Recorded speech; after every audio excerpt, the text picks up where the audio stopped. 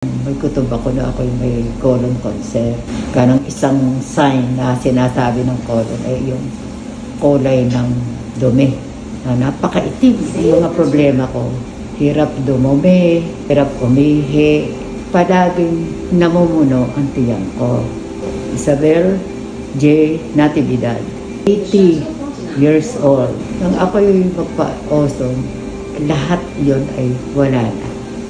Magaling na akong umihi, magaling na akong dumumi, hindi na namumuno ang tiyan ko gaya ng pakiramdam ko noon. Wala nang sumasakit sa akin whatsoever. Ibig sabihin, there is a great improvement. I strongly believe that I will be able to recover from this illness. With God's help, talagang naniniwala ako. Nagsasayaw na ako kahit paano.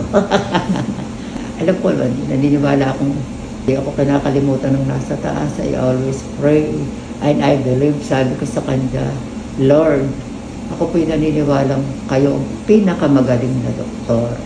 At kung nanaisin ng Diyos, sabi ko, kahit sa isang kisap bata lamang, ay pwede akong gumaling. Sana po ituro niyo sa mga gumagamot sa akin ang tamang paraan na dapat nilang gawin sa paggagamot sa akin upang ako ay fully recovered from this ailment of mine.